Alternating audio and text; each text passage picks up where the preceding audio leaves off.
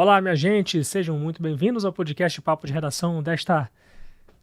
Sexta-feira, graças a Deus. A Adriele já tá aqui do meu lado, aqui comemorando também, né, Adriele? Com certeza, sexta-feira. Com chuva ainda. Coisa boa, né? Não tem coisa melhor. Pois é, eu falo aqui, Lucas Luquezzi fala aqui com vocês, a Adriele Lima tá aqui com uma das participações especiais do nosso podcast. E a gente convida você a participar conosco, enviando seu comentário para o 999715300. Tem aí esse contato para você enviar sua sugestão de matéria ou de entrevista para o nosso podcast, para o nosso grupo Folha de Comunicação, que a gente vai ter o maior prazer de receber a sua sugestão, sua reclamação até, enfim, né?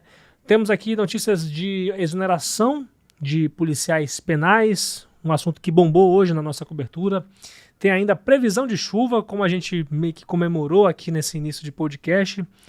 Vamos falar também da condenação de um técnico de basquete, né? Ele foi condenado por estupro de atletas e agora está cumprindo regime fechado, né? Pena em regime fechado. Já a gente fala disso. E também de uma condenação, olha só, já tem condenação de político sobre eleições municipais de 2024. Já a gente traz aí a multa aplicada ao prefeito de São Luís e a sua esposa por propaganda eleitoral antecipada, não em São Luís, mas sim no município vizinho de Rorainópolis. Pois é, deixa eu dar as boas-vindas aqui, o meu mal educado aqui, né, Adriele? Boas-vindas para você. Obrigada, Lucas. Oi a todo mundo que acompanha o Papo de Redação nessa sexta-feira chuvosa. Ei, coisa boa, né? Vamos falar primeiramente de polêmica, né? Daqui a pouco a gente vai falar de previsão do tempo, mas vamos começar por essa polêmica em que 15 policiais penais foram exonerados, né, após um erro na fase de avaliação psicológica de concurso. Você que fez essa matéria, fala pra gente o que você apurou. Então, Lucas, a gente está acompanhando essa situação desse concurso da Polícia Penal que foi realizado em 2020, né, desde o ano passado, quando em junho um psicólogo, o nome de um psicólogo que teria realizado o exame psicológico, né, no certame, ele afirmou que não participou dessa prova, não foi ele que assinou aqueles laudos. E aí vários candidatos entraram com medidas judiciais para que o exame, né, para que ou fosse feita alguma intervenção nesse concurso para que eles não fossem prejudicados, já que eles não têm um teste legal, eles não poderiam continuar as próximas etapas. E aí, no desenrolar desse caso, alguns, no final do ano de 2022 e no final de 2021 e 2022, alguns candidatos com liminar, né, na justiça, foram convocados pelo governo, né, pela SEJUC, para serem policiais penais. Acontece que quase prestes a completar 3 anos, 15 policiais penais foram exonerados. Eles, na verdade, estão sendo exonerados desde o ano passado, mais ou menos, né? São em grupos, né, de acordo com o advogado que acompanha o caso, né, todos esses candidatos também. Desde o ano passado acontecem essas exonerações e nas 2 últimas semanas aconteceram outras exonerações mais recentes. Sim. E aí por isso que eles decidiram se manifestar, cobrar e entender por que está acontecendo essas exonerações. Em contato com a Casa Civil, o governo respondeu que a liminar que garantia esses candidatos sub júdice dentro da corporação da Polícia Penal, ela caiu. E por isso que eles estavam sendo exonerados, né? O advogado falou que aí tem possibilidade de outros policiais penais também serem exonerados, mas não tem retorno, né, sobre isso. Ele tentou conversa também com a Casa Civil, mandou um ofício, alegando que essa situação era como se fosse... Como é que eu posso te explicar a palavra que me sumiu agora? Tipo um desrespeito, já que eles estavam ali há quase 3 anos dentro da corporação e já tinham todo um conhecimento sobre o sistema prisional, sobre a polícia penal, e aí foram prejudicados, né, sendo exonerados nesse período. Mas a situação é essas são as informações que a gente tem, de que a Casa Civil exonerou, porque as liminares caíram, então eles acabaram sendo exonerados. Acabaram cumprindo decisão judicial, né? Isso. Claro que, evidentemente, que ninguém quer ser exonerado, porque tanto que esse povo estudou, né, para poder conseguir isso, mas se tratou de decisão judicial, né? Claro que isso não vai acabar aí, eu acredito né? Também acredito que não. Existem outros candidatos também, né? Então é bem provável que a defesa, os advogados e os candidatos procurem novas ações, novas medidas para interromper aí essa situação. Pois é, também é triste essa questão aí dessa avaliação psicológica, né, que tem sido questionada muito, né, especialmente no ano passado, que a gente fez até uma reportagem a respeito disso, né, apontando uma possível fraude, né, em questão de avaliação psicológica referente a esse concurso da Polícia Penal. Vamos continuar acompanhando, né, essa situação. Mas vamos falar de coisa boa, né? Vamos falar de chuva, né? Assim, a gente teve momentos assim muito calorosos nesses últimos meses aí, um período 3 seco, meses? intenso. Acho que mais do que isso, né? Desde setembro do ano passado tava muito calor, muito agora calor. a gente tá vivendo chuva. Tava reclamando de calor, agora a gente vai reclamar de chuva. Não sei, eu acho que é melhor reclamar de chuva, né? Não sei, Lucas. Eu não sei. Depende do ponto de vista. Depende mas do ponto de vista, é verdade. Eu prefiro reclamar de calor. Mas então, previsão de chuva aí pra gente? Exatamente. Acho que desde o início da semana, mais ou menos, desde terça-feira, a gente tá vendo aí que o IMET, o Instituto Nacional de Meteorologia, está emitindo alerta de chuva em Roraima. Olha que coisa maravilhosa. Coisa boa demais. Aqui Boa Vista também está precisando. Exatamente. É um alerta seguido do outro, né? Alerta amarelo e alerta laranja. E a previsão para esse final de semana também é semelhante. Hoje o IMET renovou o alerta de chuva. E aí tem previsão de chuva de até 30 a 60 milímetros por hora e ventos de 60 a 100 quilômetros por hora nos municípios de Alto Alegre, Caracaraí, Iracema e Mucajaí. Esses municípios eles estão em alerta laranja. Peraí, rapidinho. A velocidade do vento é até quantos por hora? Até 100 quilômetros por hora. Meu Eles Deus podem do céu. variar. Como o alerta laranja ele é um pouco mais intenso que o amarelo, então há chance sim de ter alguns temporais, né? Vamos dizer assim. Aqueles vídeos que a gente costuma ver de telhado voando, sim, é bem provável. Eu acho até preocupante, né? Vou até como é que eu posso dizer? Ai, gente, foge a palavra aqui. Né? Não, eu vou me retratar. É isso que eu quis dizer, né? Que é melhor reclamar de chuva. Como a Adriele falou, depende muito do ponto de vista, né? Agora, essa previsão de até variável, né? De até 100 km por hora, né? Realmente preocupa um pouco, né? Vamos tomar cuidado, pessoal. Ficar atento aí também aos sinais de alerta, né? A respeito disso. Mas exatamente. Então, Adriele, prossiga aí pra gente. E aí a gente tem mais um alerta amarelo para os municípios de Amajari, Boa Vista, Bonfim, Cantá, Caroebe, Normandia, Pacaraima, Rorainópolis, São João da Baliza, São Luís e o Iramutã. Esse alerta amarelo, a previsão é de chuva entre 20 e 30 km por hora e vento intenso de 40 a 60 km por hora. Né? Nos dois casos, há risco de corte de energia, queda de galhos de árvores, alagamento e descargas elétricas. Sim. Né? Um é mais baixo que o outro, mas é bem provável que aconteça, né? Sim. Então, e aí já prevendo que os ventos podem ser muito fortes, em caso de temporais com rajadas de vento, a recomendação é de não se abrigar embaixo da árvore. É sempre bom a gente lembrar de que tem esse risco de queda e descarga elétrica, né?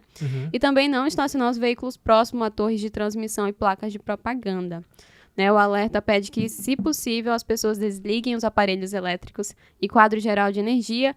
E, se precisar de ajuda, é só solicitar na Defesa Civil, no telefone 199 e no Corpo de Bombeiros, número 193. Muito bem, muito boas informações e agradecer a tua presença aqui, Adriele Lima, falou aqui com a gente sobre previsão de chuva e também sobre a exoneração de policiais penais aí do governo do estado, nesse caso, né, que é onde eles estão lotados.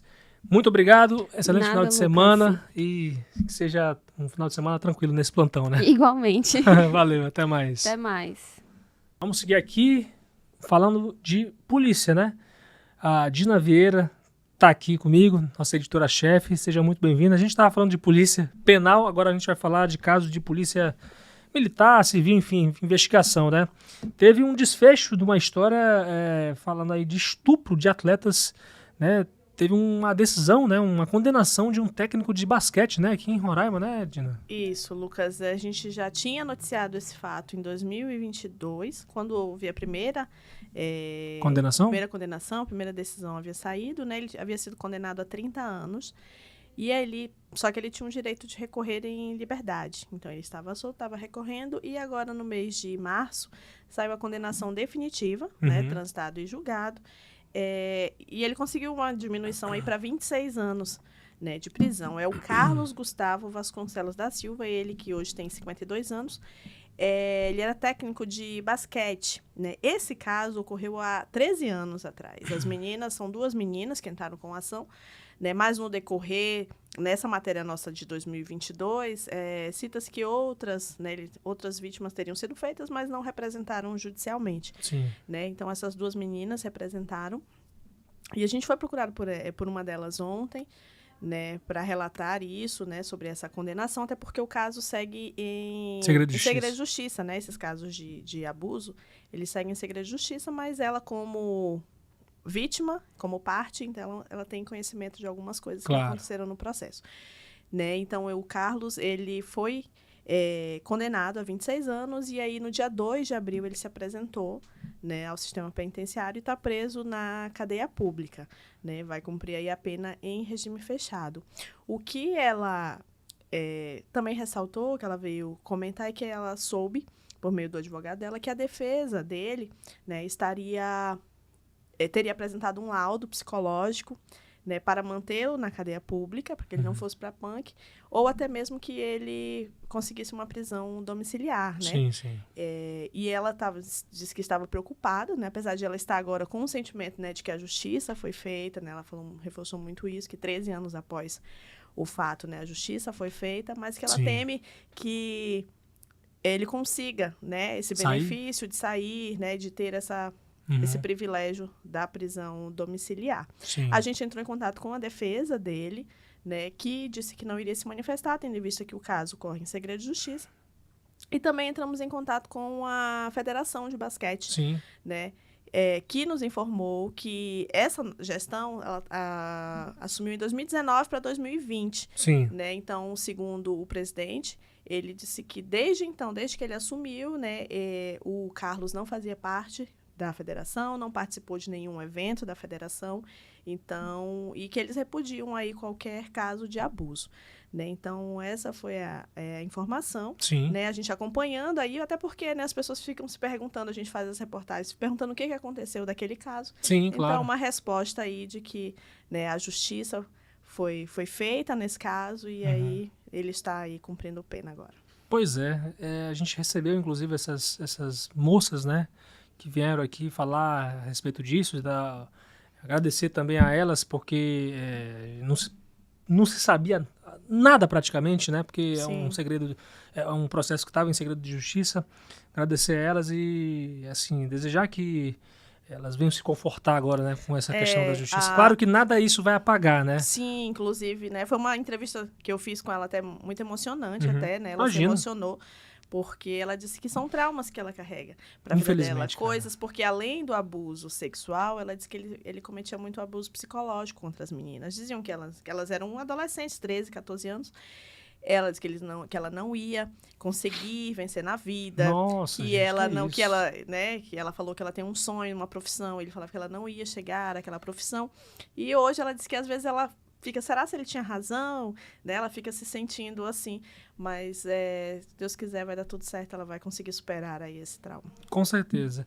Olha, Dina, hoje a gente recebeu aqui na nossa redação o comandante-geral da Polícia Militar, Coronel Miramilton Goiano de Souza, né? Ontem a gente estava falando ao vivo num papo de redação sobre uma possível retaliação que alguns policiais militares estavam fazendo em relação à nossa reportagem, né, por conta das últimas notícias de denúncias, assim, falando de excessos, né, na conduta de policiais penais, né, e vale ressaltar, existem em qualquer classe a banda podre, né, e também a gente falou aqui do quanto a gente é a favor de investigações para apurar possíveis excessos, né, assim como tem no jornalismo os seus excessos em alguns determinados membros da imprensa, né, tem também na Polícia Militar, e alguns policiais penais, alguns policiais militares, infelizmente, não aceitaram bem essas notícias, né? Acabaram realmente defendendo com unhas e dentes aí a corporação, né?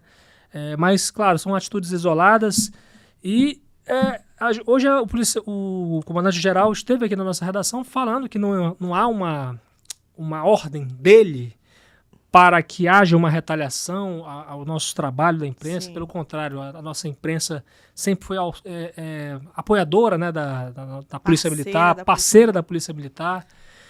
Agora parece que tá bem, né? Tá maior esclarecido, né? Sim, o coronel foi muito gentil, claro. né? Esteve aqui na redação, como sempre, muito educado, muito gentil, conversou com a gente, né? Ele veio esclarecer outras situações e acabou a gente tocando nesse assunto, né? E ele deixou bem claro que não há qualquer briga deles com a imprensa, e claro. Especificamente a gente tratou da gente, né, da Folha, né, mas que tudo que a gente precisar da Polícia Militar, né, em questão de informações, né, sobre casos, a gente pode contar com eles. E da mesma forma, nós deixamos claro. Sempre as portas abertas para divulgar, assim como hoje ele veio, nos procurou para esclarecer, né, sobre aquele caso do recurso curso de tiro, né, lá do curso de tiro lá no Bonfim. Isso. Então a imprensa é para isso, é para esclarecer fatos, né? Então ele diz que entende o nosso trabalho e a gente também entende o trabalho claro. Da Polícia Militar, né? Inclusive hoje a gente está produzindo uma reportagem que vai sair amanhã, então já acessem, né, sobre policiais militares que estão se sentindo, eles que trabalham em um órgão, não vou falar agora, amanhã vocês leem a matéria, trabalham em um órgão e lá eles dizem que a carga de trabalho deles está sendo excessiva. Então hoje a gente já está em busca dos direitos desses policiais. Sim. Então a gente está aqui para atender todas as classes, todas as pessoas da sociedade em geral. Com certeza, agradecer aí publicamente aí a gentileza também do coronel Miramilton Goiano de Souza, comandante-geral da PM. E ele ressaltou, né, inclusive, vou até repercutir isso numa reportagem, já até saiu, inclusive, que qualquer conduta que aponta possível excesso, né, qualquer desvio de conduta, como ele falou, é investigada, né? Sim. Então a gente defende muito isso, né, que a Corregedoria da Polícia Militar, a ouvidoria, possa dar andamento a essas investigações, e ele já se colocou à disposição também, inclusive, para mostrar os resultados dessas investigações internas que são feitas, né, a respeito de policiais militares que possivelmente tenham cometido alguns excessos em ocorrências policiais. Para que as pessoas se encorajam claro. a denunciar, né? Porque muitas vezes, né, as pessoas se calam com medo de retaliação. Então, mostrar os resultados das investigações. Eu conheço policiais militares que foram afastados, né, após um processo administrativo, após um processo judicial, foram afastados da Polícia Militar, perderam a farda. Então, acontece, gente. Não é porque é policial militar, não é porque é policial federal, policial civil, acontece isso. Então, né, todo mundo tem que trabalhar dentro da lei. Claro, com certeza. Obrigado, Dina, pelas notícias e as reflexões aqui também sobre isso, essa situação. Estamos muito reflexivos. Estamos bem com a PM, graças a Deus, é bom saber. Obrigadão e até um bom final de semana para você. Olha, gente, a gente está gravando aqui o Papo de Redação e a informação está chegando, hein? A gente teve uma triste notícia que aconteceu no interior do estado e a Marília Mesquita apurou aqui pra gente. Seja bem-vinda, Marília, primeiramente. Fala pra gente, né? Foi um acidente gravíssimo que vitimou uma criança, né? Lamentável. Oi, Lucas. Oi para você que está acompanhando o nosso Papo de Redação. Lucas, a minha participação não é trazendo notícias boas, né? O final de semana ainda nem começou. Pois é. Mas nessa sexta-feira, agora há pouco, nessa tarde de hoje, uma criança identificada apenas como Arthur, de 5 anos, morreu após um veículo capotar em uma curva da BR-174, próximo à Vila Martins Pereira, lá no município de Rorainópolis. A suspeita é que o condutor do carro, que é padrasto da vítima, estava bêbado. Ele relatou a populares que a esposa também estava no carro como passageira, mas a mulher ainda não foi localizada. Populares, eles fazem buscas no local para localizar essa vítima. Segundo informações obtidas aqui pela reportagem, o homem não conseguiu fazer a curva, perdeu o controle do carro, saiu da pista e capotou. A criança estava no banco de trás, sem cinto, e teria sido arremessada para fora do carro e quebrado o pescoço. Gente, pelo amor de Deus, que situação, que tristeza, né? Nossas condolências aí, nossas consternações aí também a essa família, né? Poxa, perder uma criança, né, Marília? E ainda mais por imprudência. Pois é. É como a gente sempre bate na tecla, todas as vezes, nesse podcast. Se você vai beber, se você vai curtir, quer meter o louco, quer beber, por favor, não dirija. Sim. Peça para outra pessoa conduzir o carro, a moto, bebe em casa, paga um aplicativo, vai a pé, mas não pegue um veículo para dirigir estando bêbado, ainda mais com uma criança dentro. Então, infelizmente, a imprudência, a irresponsabilidade vitimou aí uma criança de apenas 5 anos. E a mãe, enquanto a gente ainda grava esse podcast, esse acidente ele foi agora há pouco, a polícia, o IML ainda nem chegou lá.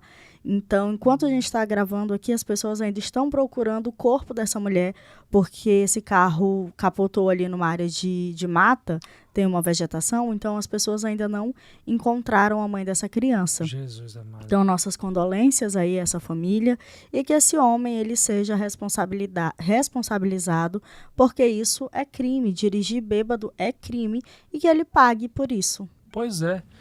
E olha, gente, é um horário de expediente praticamente, né? A pessoa já está bebendo, né?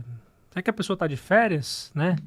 Agora, de forma alguma, né? Claro que se a pessoa estiver de férias, meu amigo, bebendo no horário desse, ou é herdeiro, ou é... Enfim, né? O que é fato é que não se pode beber e dirigir. Não se pode misturar isso. Viu como uma criança perde uma vida, né, por conta da irresponsabilidade dos outros.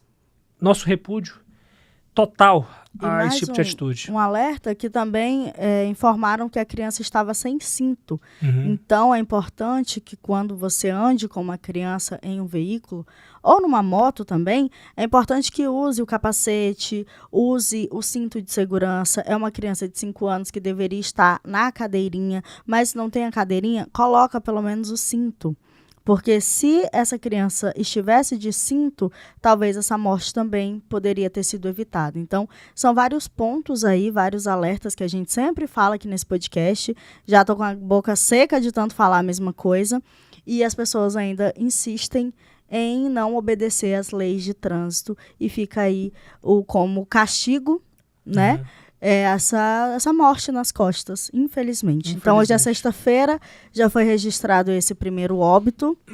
Vamos ver como é que vai ser esse final de semana, tendo em vista que vai ter o festejo do Bonfim, que inicia nessa sexta-feira, vai ter sábado também. Então, você que vai pro festejo, vai beber, ata uma rede debaixo da árvore, dorme lá até a cachaça passar, para poder voltar para casa. Porque se você causar um acidente, se você morrer, se você matar alguém, você vai aparecer na editoria de polícia, sim, com certeza. Pois é, aproveitando que você falou aí de festejo de Bonfim, você teve uma entrevista hoje com nada mais, nada menos que a banda Calcinha Preta. Desculpa aí, em respeito aqui aos ouvintes e aos nossos telespectadores, né? Mas o jornalismo é esse contraste, né? A gente dá uma notícia triste de um lado e também dá uma entrevista boa de outro, né? Até porque a gente não vive só de notícia ruim, não vive só de notícia boa. Existe esse contraste. E você é um contraste em pessoa, né, Marília? Você inclusive recebeu essa informação da morte dessa criança, né? Nesse acidente gravíssimo.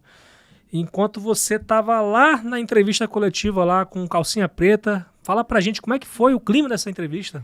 Isso, cheguei aqui, tô super empolgada, meu Deus, Calcinha Preta, ia começar a fazer o texto quando a gente recebeu aí essa notícia ruim, né, desse acidente com óbito. Eu tive que parar de fazer a matéria boa para poder fazer a ruim. Sim. Mas é isso, esse é o nosso trabalho, como a gente sempre fala aqui, que é de contar histórias, sejam elas boas ou ruins.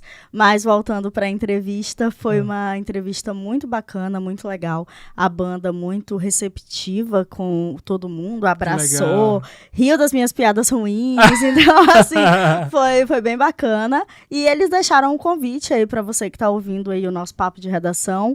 Hoje tem Calcinha Preta lá no Festejo do Bonfim. Eles vão tocar por volta de 1h da manhã, então dá tempo de chegar lá. Sai cedo, vai devagar, que é pra não morrer e perder o show.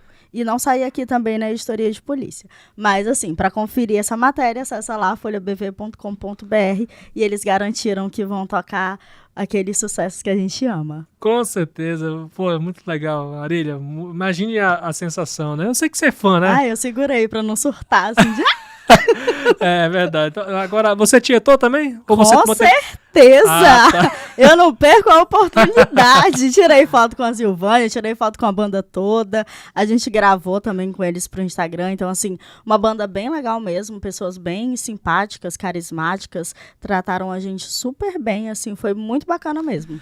Maravilha, muito bom saber disso, né? Muito bom. Eu fico até surpreso daqui, porque a gente tem uma visão de que artista é celebridade, não sei o quê, é intocável, trata mal as pessoas, mas que bom que o Calcinha Preta foi muito receptivo. A gente já teve essa experiência, né? De Sim, ter é artistas verdade. que destrataram a imprensa. A gente tem que esperar bastante tempo para poder falar com o artista. E aí, no fim, ele não quer falar com a gente. Sempre rola, mas esses não. Calcinha Preta foi bem legal. E virei mais fã deles ainda. Que maravilha. Calcinha Preta, nota 10 para vocês aí, para todos os fãs.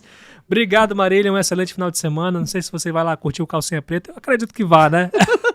Tá pensando ainda, né, Marília? Estou trabalhando aqui já pensando na diversão de daqui a pouco. Valeu demais. Um excelente final de semana para você. Tchau para você. Um excelente final de semana. Se comporte, juízo e até semana que vem.